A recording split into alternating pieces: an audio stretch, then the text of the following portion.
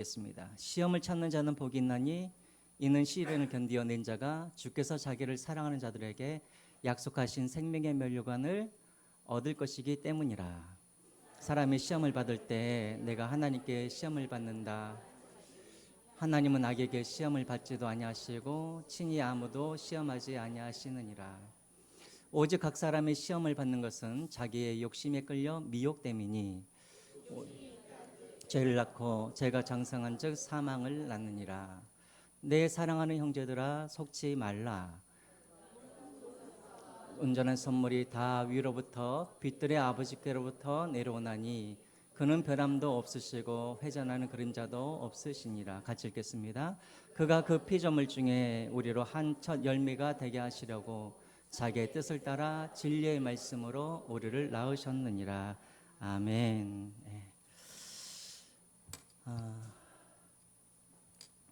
우리가 계속해서 지금 야고보서 말씀을 우리가 보고 있습니다. 야고보서의 핵심은 뭐냐면 주요 내용은 우리의 믿음이 살아있는 믿음인가 아니면 죽어있는 믿음인가, 이 야고보서 책을 통해서 우리가 그것을 확인하는 그런 성경책입니다. 그래서 2주 전에는 어떤 말씀을 우리가 나눴냐면 시험과 시련에 대한 우리의 태도를 보면 내 믿음이 살아있는지 죽어있는지를 우리가 알 수 있다고 그랬죠. 내 믿음이 살아있는 그런 사람들은, 살아있는 믿음을 가진 사람들은 시험과 시련이 오면은 그것을 무엇으로 잘 이겨내요? 인내함으로 그것을 잘 이겨내는 거예요. 그래서 여러분, 우리 중에 자꾸만 시험에 들고 또 시험에 들고 또 시험에 드는 분들을 보면 그것은 다시 한번 확인을 해봐야 돼요. 내 믿음이 혹시 죽어있는 건 아닌지. 그러면 시험의 그런 대표적인 예로 우리가 지난주에는 무엇을 봤냐면 가난한 것과 부한 것에 대해서 우리가 배웠죠. 그러니까 여러분, 우리가 여러 가지 많은 시험이 있지만 제일 우리 성도들이 시험에 많이 드는 게 뭐냐면 왜 나는 가난한데 왜 저 사람은 또 부한가, 이런 것들 때문에 시험이 많이 들죠. 그래서 지난주에는 우리가 무엇을 봤냐면 가난한 자들과 또 부한 자들, 그 가난에 대해서 부에 대해서 내가 어떠한 태도를 갖고 있는지, 그것을 보면 내가 살아있는 믿음을 갖고 있는지 죽어있는 믿음을 갖고 있는지를 알 수 있다는 거예요. 죽어있는 믿음을 갖고 있는 사람들은 가난하면 낙심하고 절망하고, 또 부하면 교만하여서 다른 사람들을 깔보고, 그런 사람들은 그 안에 믿음이 없다라는 증거인 거예요. 그래서 이렇게 이런 고난이나 가난과 부함을 통하여서 내 믿음이 살아있는지 죽어있는지 확인해 보라는 거예요. 그래서 야고보가 계속해서 그것을 이야기하고 있습니다. 자, 그럼 오늘 본문을 보시면은 이제 시험에 대해서 끝난 줄 알았는데 또 13절에 또 시험에 대해서 또 나옵니다. 우리 13절 말씀 한번 보겠습니다. 13절 말씀, 우리 13절 말씀 한번 볼까요? 그 다음 거요. 우리 같이 한번 읽겠습니다. 시작. 사람이 시험을 받을 때 내가 하나님께 시험을 받는다 하지 말지니 하나님은 악에게 시험을 받지도 아니하시고 친히 아무도 시험하지 아니하시느니라. 여러분, 이 말씀이 너무나 우리로 하여금 헷갈리게 하죠. 앞에서는 하나님이 시험을 받으면 너희들이 기뻐하라 라고 말을 하면서 또 시험을 잘 이겨내라 라고 그렇게 말을 합니다. 여러분들에게 질문을 할게요. 오늘 13절에서는 하나님은 시험도 하지 아니하시고 하나님은 또 시험도 안 받으시고 또 이렇게 나오는데, 여러분, 우리 하나님은 시험을 안 하시는 분이세요? 성경에 보면은 하나님께서 시험하세요, 안 하세요? 시험하시죠. 가장 먼저 어디에 나와 있냐면 창세기 22장 1절에 보시면은 거기에 뭐라고 나와 있습니까? 혹시 있습니까? 거기에 보면은 그 일 후에 하나님의 아브라함을 뭐 하시려고? 시험하시려고. 분명히 하나님께서 시험하신다라고 그렇게 나와 있잖아요. 그렇죠? 하나님이 아브라함을 왜 시험하셨어요? 우리가 창세기 22장 11절에 보면 그 목적이 나와 있죠. 그가 하나님을 진실로 경외하는지 그것을 알아보려고 하나님을, 아브라함을 시험하신 것이죠. 어떻게? 이삭을 뭘로 바치라고? 번제로 바치라고 시험하셨죠. 또 하나님이 욥도 시험하셨죠. 왜 하나님이 욥을 시험하셨어요? 사단이 옆에서 욥이 하나님께서 복을 안 주시는데 그러면 욥이 하나님을 섬기겠습니까? 복을 주시니까 섬기죠. 그래서 하나님이 욥을 시험하시죠. 왜요? 아무 이유 없이도 하나님을 섬길 수 있는지. 그래서 하나님이 욥을 그렇게 시험을 하십니다. 그래서 여러분, 우리 하나님은 어떤 하나님이신가? 우리 하나님은 시험하시는 하나님이라는 거예요. 그런데 오늘 13절에 보면은 하나님이 아무도 또 시험을 하지 않는다라고 말을 합니다. 그럼 대체 이게 무슨 말이에요? 그렇죠. 여기에 나와 있는 이 13절에 나와 있는 이 시험은 우리가 번역상에 좀 문제가 있는 거예요.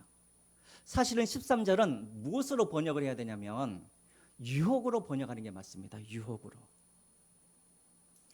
그러니까 우리 하나님은 어떤 하나님이신가? 우리 하나님은 남을 유혹도 안 하시고 또 유혹도 받지 아니하시는 그런 하나님이시라는 거예요. 그럼 여러분, 여기서 이제 우리가 정리를 할 수가 있겠죠. 우리 하나님은 어떤 하나님이신가? 우리를 시험하시기도 하고 우리에게 시련도 주시는 하나님이 우리 하나님이세요.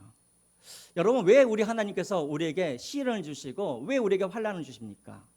12절을 한번 보시기 바랍니다. 12절에 보시면 하나님께서 우리를 시험하시고 시련하는 목적이 있습니다. 왜요? 마지막에 뭘 주시기 위하여서? 생명의 면류관을 주시기 위하여서. 그러니까 여러분, 하나님은 우리를 이제 영어로 하면 우리 다 알고 계시죠. 테스트를 하시는 거예요. 테스트를. 요즘에 우리 저기 중고등 학생들도 있지만 몇 개월 전에 저 서울대에서 학생들을 가르치고 있는 이제 집사님 한 분을 만났어요. 그 집사님이 요즘에 한탄을 하세요. 요즘에 학생들이 너무나 공부를 못한다는 거예요. 서울대를 들어와도 애들이 공부를 못한대요. 말을 하면 문맥 파악을 못한대요. 서울대 학생들도. 왜 그럴까요, 여러분? 우리 중고등 학생들 기분 나쁘세요? 근데 수준이 낮아졌어요. 확실히 우리 때보다도. 왜 그래요? 시험을 안 봐요. 시험을. 초등학교 때, 우리가 초등학교 다닐 때는 여러분 시험 보셨어요? 안 보셨어요? 책상에다가 이게 가방 올려놓고 중간고사, 쪽지 시험 나 봤죠. 애들이 언제까지 시험을 안 보냐면 중학교 1학년까지 시험을 안 봐요. 중학교 1학년 때는 진로 탐구 무슨 기간이라 그래가지고 시험을 안 봐요. 그러니까 얘들이 시험을 안 보니까 자기 실력이 있는지 없는지 알아요? 몰라요? 몰라요. 내 실력을 알아야 부족하면 내가 채우고 모자라면 내가 좀 더 할 텐데 내 실력을 모르니까 중학교 때 2학년 때 시험을 처음 쳐보고 충격을 받아요. 내가 이 수준이구나. 그런데 이미 늦어요. 그러니까 우리가 시험을 치는 이유가 뭐냐면 실력을 향상하기 위해서 시험을 치는 것이죠. 마찬가지예요. 하나님이 왜 우리를 시험하게 하시고 왜 하나님은 우리에게 시련을 주시냐면 우리로 하여금 이것을 잘 인내하여서 어디까지 인도하기 위함이냐면 생명까지 구원에 이르도록 하기 위해서 하나님은 우리에게 시험을 주시는 거예요. 네 믿음이 병들었는지 병들지 않았는지 그 시험을 통해서 계속해서 보게 하시고 온전케 하기 위해서 시험을 주시는 거예요. 그래서 기뻐하라는 거예요. 그런데 유혹은 달라요. 우리 13절 말씀 한번 다시 한번 보겠습니다. 유혹. 13절 말씀을 우리가 읽을 때 시험 대신에 여러분 우리가 유혹이라는 말을 넣어가지고 우리가 이것을 한번 읽어봤으면 좋겠습니다. 앞에 제가 고쳐놨네요. 앞에 한번 보겠습니다. 같이 한번 읽을까요? 시작. 사람이 유혹을 받을 때에는 내가 하나님께 유혹을 받는다 하지 말지니 하나님은 악에게 유혹을 받지도 아니하시고 친히 아무도 유혹하지 아니하시느니라. 우리 하나님은 유혹하시는 분이 아니라 우리 하나님은 시험하시는 하나님이에요. 그러면 여러분 유혹은 왜 하는가? 유혹의 목적이 있어요. 유혹의 목적이 어디 있냐면 15절 한번 보기 바랍니다. 15절 제일 뒤에 보시면 욕심이 잉태한 즉 죄를 낳고 죄가 장성한 즉 무엇을 낳는다고요? 사망을 낳는다고요. 그러니까 여러분 시험의 목적은 생명을 주기 위함이라고 한다면 유혹의 목적은 무엇을 위함이냐면 사망, 죽음을 위한 거예요. 우리 하나님이 여러분들 죽으라고 여러분들을 유혹하지는 않겠죠. 그럼 여러분 유혹은 누가 할까요? 누가? 사탄이 유혹을 하는 것이죠. 그래서 여러분 14절 한번 보시기 바랍니다. 13절 우리 같이 한번 읽겠습니다. 시작. 오직 각 사람이 시험을 받는 것은 자기 욕심에 끌려 미혹됨이니. 보세요. 사람들이 시험을 한다고요? 받는다고요? 다시 한번 보세요. 사람들이 시험을 받아요? 해요? 시험을 받아요. 우리는 시험을, 여기서 말하는 시험은 유혹이에요. 우리는 유혹을 받는 존재예요. 그러면 여러분, 우리에게 유혹을 던져주는 존재는 누구일까요? 누가? 사단이. 그래서 우리가 잘 알다시피 사단은 지금도 늘 우는 사자와 같이 두루다니면서 누구를 찾아요? 삼킬 자를 찾아다니는 거예요.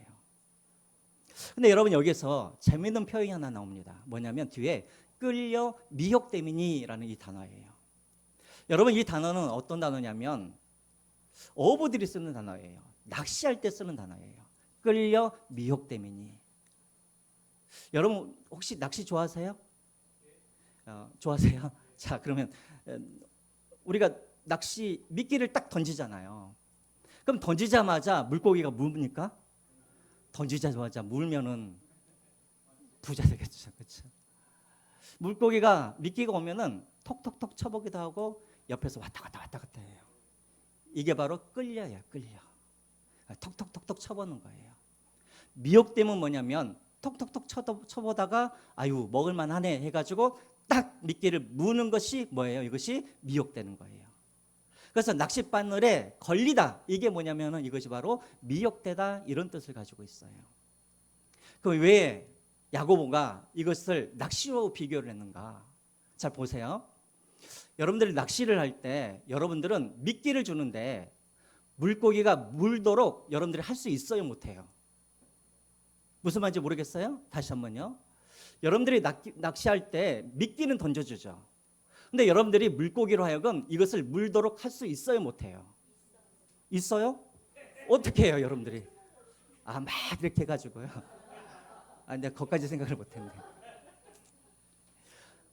낚시꾼은 미끼는 주지만 그것을 무는 것은 누구의 마음이에요? 물고기 마음인 거예요. 왜 이것을 표현했냐면 사단도 마찬가지라는 거예요. 사단도 우리에게 유혹을 던져주는데 이 유혹을 딱 무는 것은 사단이 그렇게 하는 것이 아니라 누가 하는 거예요? 우리가 하는 거예요. 우리가. 이 목사님 그런 말이 어디 있습니까? 14절에 나와 있잖아요. 14절에. 다시 볼까요? 오직 각 사람의 시험을 받는 것은 무엇에 끌려서? 자기 욕심에 끌려서 된단 말이에요. 그러니까 여러분, 사단은 단지 미끼만 던질 뿐이지 그것을 무는 거는 뭐냐면 내가 내 욕심으로 그 물기를 딱 물어가지고 어떻게 하는 거예요? 낚시 바늘에 우리가 묶이는 거예요. 그럼 여러분, 낚시 바늘에 묶이면 어떻게 됩니까? 이제 자유는 없고 죽을 때까지 계속해서 어떻게 해요? 끌려다니는 것이죠. 횟감이 될 때까지 끌려다니는 거예요. 그래서 여러분 15절을 한번 보세요. 15절에 우리가 미끼를 물면 그 다음은 자동이에요. 욕심이 잉태한 즉 뭐를 낳고? 죄를 낳고 죄가 장성한 즉 어떻게 됩니까? 사망에 이르게 되니라 라고 되어 있어요. 근데 여러분, 이 말씀도 마찬가지예요. 14절에는 낚시 이야기를 하다가 15절에는 무슨 이야기를 해요? 잉태하다, 낳다, 출산에 관한 데 이야기를 하죠. 자, 여러분 질문할게요. 아기는 여자 혼자 낳아요? 아니면 부부가 같이 낳아요? 모르겠어요? 남자가 있어야지 여자가 아기를 낳죠. 무슨 여러분들이 뭐 동정녀 마리아십니까? 그렇죠? 왜 이것을 이렇게 표현을 했을까요? 손도 마주쳐야 소리가 나듯이 사단은 뭐 하는 거예요? 유혹하는 거예요. 그걸 누가 물어요? 인간이 반응하면은 미끼를 문다는 말이에요. 그러니까 죄는 어떻게 하냐면 사단 혼자 죄를 짓는 게 아니에요. 우리가 같이 욕심으로 반응하면서 서로 합작하여서 뭐 하는 거예요? 유혹에 빠지고 죄를 짓고 마지막에 사망으로 가는 거예요. 그러면 여러분, 이것은 하나님의 탓이에요? 우리 탓이에요? 다시요. 하나님의 탓이에요? 우리 탓이에요? 근데 우리는 유혹에 빠지고 일이 잘못되어지면 우리는 항상 누구 탓을 해요? 하나님 탓을 해요. 그래서 13절에 말씀하고 있는 거예요. 하나님은 너희들을 유혹하는 분이 아니라는 거예요. 대표적으로 하나님을 탓하는 사람이 있었었죠. 누구예요? 아담이 그랬죠. 아담이 죄를 짓고 나서 하나님이 아담에게 네가 왜 이랬느냐, 왜 그것을 먹었느냐, 선악과를. 그랬더니 아담이 뭐라 그럽니까? 하나님이 내게 주신 저 여자가 나로 하여금 먹게 했습니다. 지금 여자를 비난하고 있는 거예요? 하나님을 비난하고 있는 거예요? 그 여자를 주신 하나님 때문에 내가 먹게 됐다는 것이죠. 요즘에도 1년에 한 번씩 참 이렇게 마음씨가 착하신 분이, 잘 몰라요. 저는 얼굴을 잘 모르는데 한 번씩 저한테 전화가 오세요. 제 번호를 어떻게 하는지 너무나 좋으신 분 같아요. 전화 와가지고 뭐라 그러냐면, 사장님 좋은 땅이 있습니다 하면서 전화가 와요. 여러분들 그런 전화 받으세요? 요즘은 자주는 안 오는데 1년에 한 번씩은 와요. 근데 여러분, 10년 전에도 이런 전화가 왔고, 사실은 제가 미국 가기 전에도 이런 전화를 받았어요. 마음씨가 착하죠. 그렇게 좋은 땅이면 자기가 그냥 투자하셔가지고 돈 버시면 될 텐데, 얼굴도 모르는 저한테 이렇게 어렵게 전화까지 해주셔가지고 부자 되시라고. 그럼 저는 어떻게 반응을 해요? 아이, 됐습니다, 관심 없습니다 하고 딱 끊어버리죠. 근데 여러분, 20년이 넘도록 이런 일을 지금 계속 하고 있다는 말은, 개중에는 이것을 무는 사람이 있단 말이에요, 없단 말이에요? 있어요. 혹시 여러분 중에 그런 분들 계세요? 그런 전화가 오면은 아이, 됐습니다 하고 딱 끊어야 되는데, 그 말 진짜예요 하면서 진짜 투자할 만해요 하는 순간에 우리는 뭐에 묶여요? 믿기에 딱 믿기는 거예요. 뭐가 발동하는 거예요? 내 욕심이 발동하는 것이죠. 요즘에는 그런 광고가 없는데, 한 10년 전만 해도 막 전봇대에 막 광고가 엄청 붙잖아요. 제일 많이 붙는 광고가 뭐냐면은 20대 여성 숙식 제공 월 1,000만 원 막 이런 광고들 많이 붙어 있죠. 그러니까 여러분, 그런 광고들이 계속 붙어 있는 이유가 뭐예요? 사람들이 그 미끼를 안 물면 광고를 안 하겠죠. 근데 우리가 생각했을 때는 아유, 저런 걸 누가 미끼를 무나 하는데, 거기에 빠지는 사람들이 있기 때문에 그런 광고가 계속 나오는 것이죠.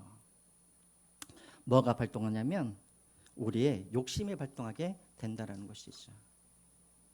그럼 여러분, 이제 저를 한번 보세요. 그럼 여러분, 유혹을 사단이 던져주면 모든 사람들이 다 유혹에 다 빠져듭니까? 아니죠.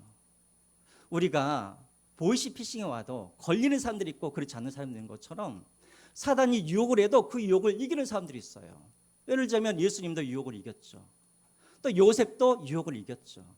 또 다윗도 그런 유혹들을 이기죠.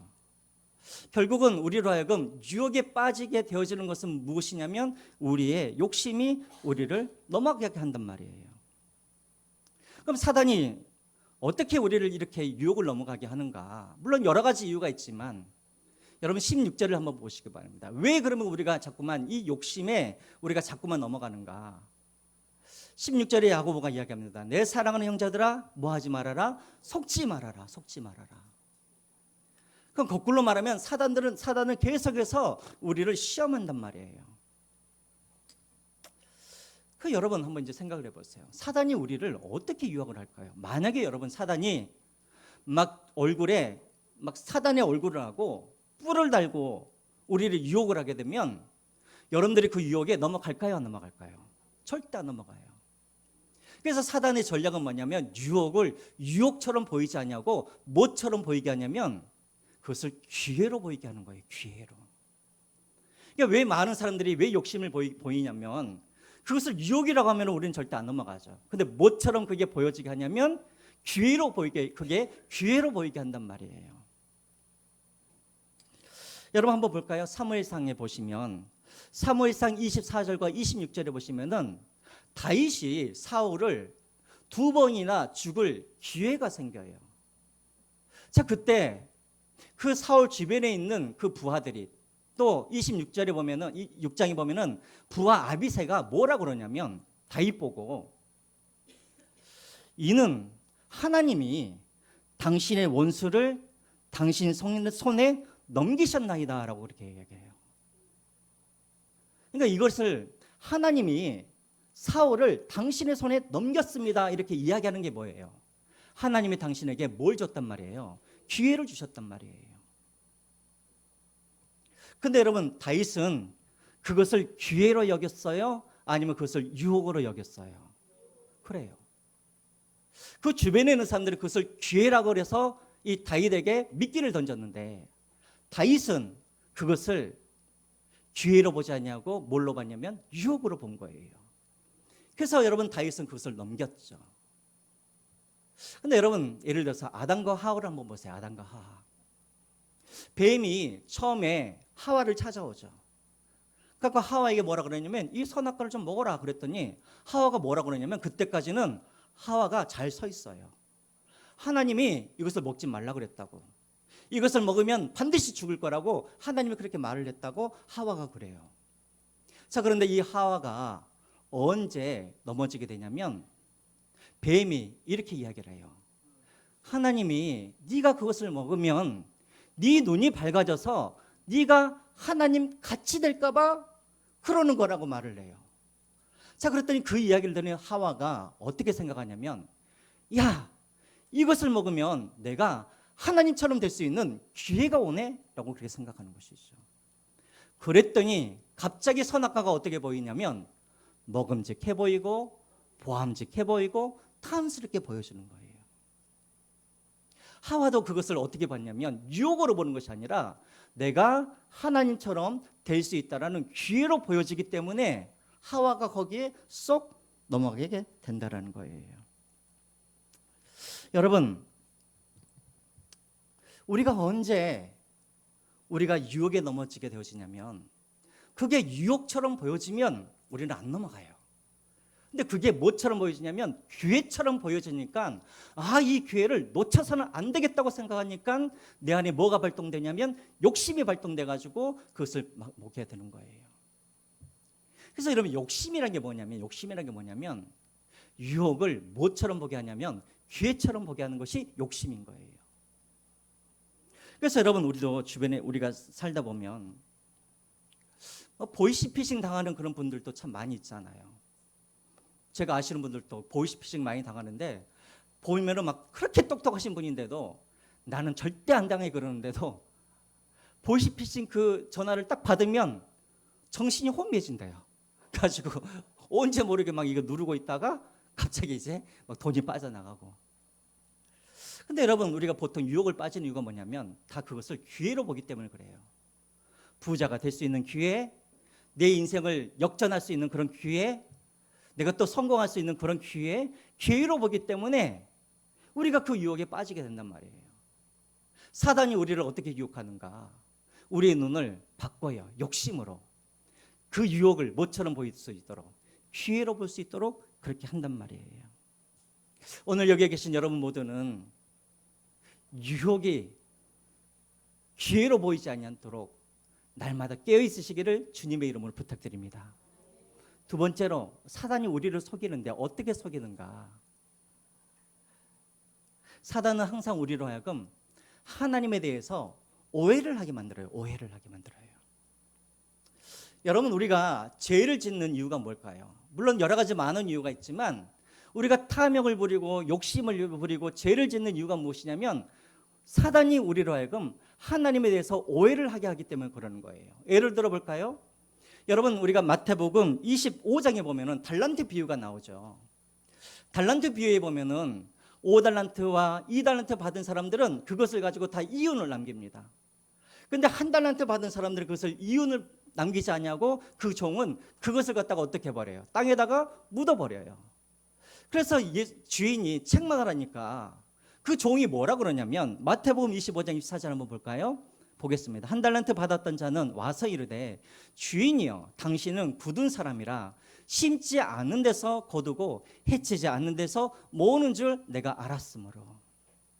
종이 주인이 준 그 달란트를 땅에다 묻은 이유가 뭐냐면 주인에 대해서 오해를 하고 있기 때문에 그래요. 당신은 굳은 사람이라 심지도 않는 데서 거두는 사람이라. 이게 무슨 말이냐면 당신은 정말로 무정한 사람이고 인색한 사람이라는 거예요. 내가 만약에 1달란트를 가지고 2달란트를 남기면 아마 당신은 내가 번 모든 것까지 다 당신이 가져갈 텐데 내가 뭐하러 내가 이윤을 남깁니까? 이런 말인 거예요. 그러니까 주인에 대한 오해를 하니까 그가 죄를 짓는 것이죠. 여러분 이스라엘도 마찬가지예요. 우리가 요즘에 민수기를 보잖아요. 민수기도 보면은 이스라엘 백성들이 계속해서 원망하고 불평하고 죄를 지어요. 왜 그럴까요? 그들이 하나님에 대해서 오해를 하고 있기 때문에 그래요. 여러분, 그들의 말 중에 이런 말들이 많이 있죠. 우리가 애굽에 무덤이 없어서 우리를 광야에까지 데려와 가지고 우리를 죽이려고 하느냐. 이들은 지금 하나님을 오해하고 있는 거예요. 하나님은 어떠한 하나님으로?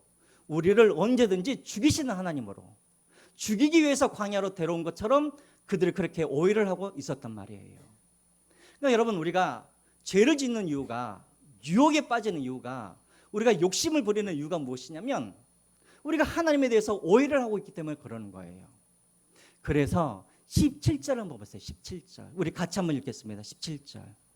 야고보가 이제 그 유혹을 이기는 그런 방법을 알려주는데, 먼저 17절을 같이 한번 읽겠습니다. 시작.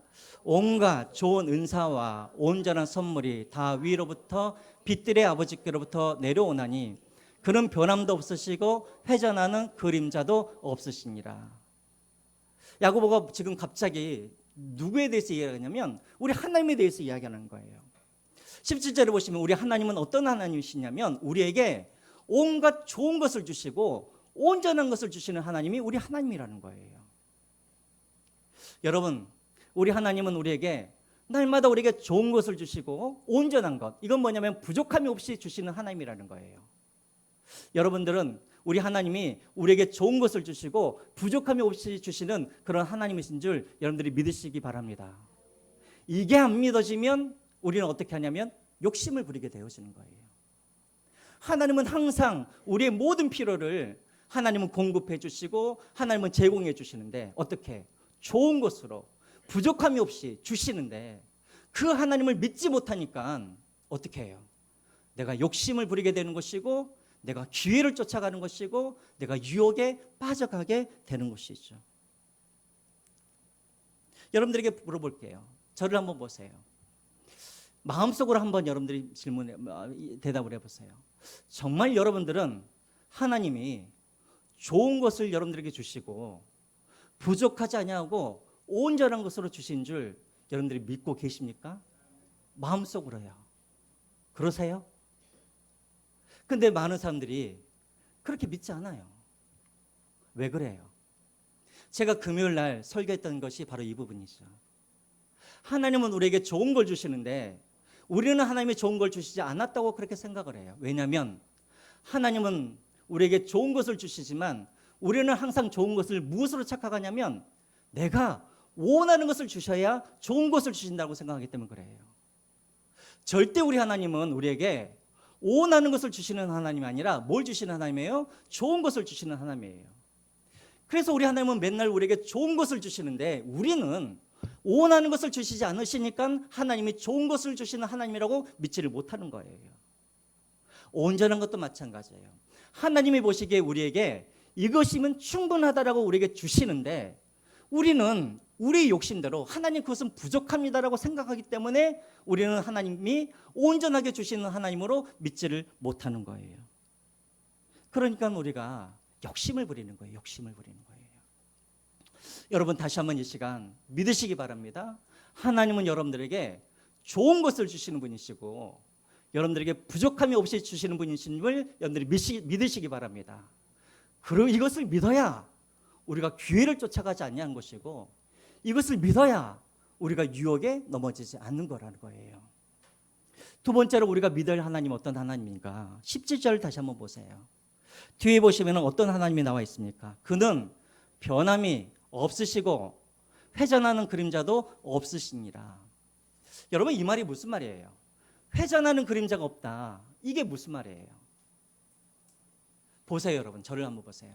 여러분 태양이 여기에서 비치면 우리 그림자가 어디에 있어요? 이 반대쪽에 이렇게 있겠죠. 또 태양이 움직여가지고 우리를 여기서 비치면 우리 그림자가 어디 있어요? 이쪽에 비치겠죠. 근데 우리 하나님은 태양이 아무리 돌아도 우리 하나님의 그림자는 움직이지 않는다라는 거예요. 회전하지 않는다라는 거예요. 무슨 말이에요? 우리 하나님은 변하지 않는 분이라는 거예요. 다시 말하면 우리 하나님은 상황이 변하면 우리는 자꾸만 변하지만 우리 하나님은 시간이 변해도 상황이 변해도 우리 하나님은 절대 변하지 아니하시는 신실하신 하나님이라는 것을 우리가 믿어야 된다는 거예요. 어제 우리를 사랑하신 그 하나님은 오늘 또 우리를 사랑하시고 내일 또 반드시 우리를 사랑하시는 신실하신 하나님이에요. 어제 우리 하나님이 우리에게 공급하셨다고 한다면 오늘 또 우리 하나님은 공급하시고 내일 또 우리 하나님은 공급하시는 그런 하나님이세요. 그런데 이것을 믿지 못하는 사람들이 있었어요. 그게 누구였냐면 바로 이스라엘 백성들이었죠. 여러분, 이스라엘 백성들이 하늘에서 만나가 떨어졌을 때 하나님이 뭐라고 말을 합니까? 그 만나를 며칠치만 담으라 그랬어요. 하루치만 담으라 그랬죠. 근데 사람들이 하루치만 담았어요? 이틀치, 3일치, 7일치를 담았죠. 왜 사람들이 그렇게 욕심을 부렸을까요? 하나님이 혹시 마음이 변할까 봐. 오늘 내게 양식을 주신 하나님이 내일 하나님이 양식을 주시지 않을 수도 있기 때문에 그 하나님이 믿어지지 않으니까 내가 오늘 욕심을 부리는 거예요. 만약에 우리가 하나님은 변치 않으시고 신실하셔서 날마다 하나님이 나를 사랑하시고 나의 모든 필요를 영원히 변치 않으시고 늘 공급해 주시는 하나님이라고 믿는다고 한다면 우리가 유혹을 쫓아가지 않고 기회를 쫓아가지 않고 우리는 하나님을 쫓아갈 수가 있는 것이죠. 그러므로 여러분, 첫 번째로 우리가 유혹을 이기는 방법이 무엇인가? 하나님을 하나님으로 정확하게 믿으라는 거예요. 좋은 걸 주시고 우리에게 온전한 것으로 주시고 그 다음에 신실하셔서 변치 않으셔서 늘 우리를 사랑하여 주시는 그 하나님으로 믿어야 우리가 이런 유혹들을 우리가 이겨낼 수 있다는 거예요. 두 번째로, 마지막으로 또 이 유혹을 이기는 방법이 있어요. 18절을 같이 한번 읽겠습니다. 18절 같이 읽을까요? 시작. 그가 그 피조물 중에 우리로 한 첫 열매가 되게 하시려고 자기의 뜻을 따라 진리의 말씀으로 우리를 낳으셨느니라.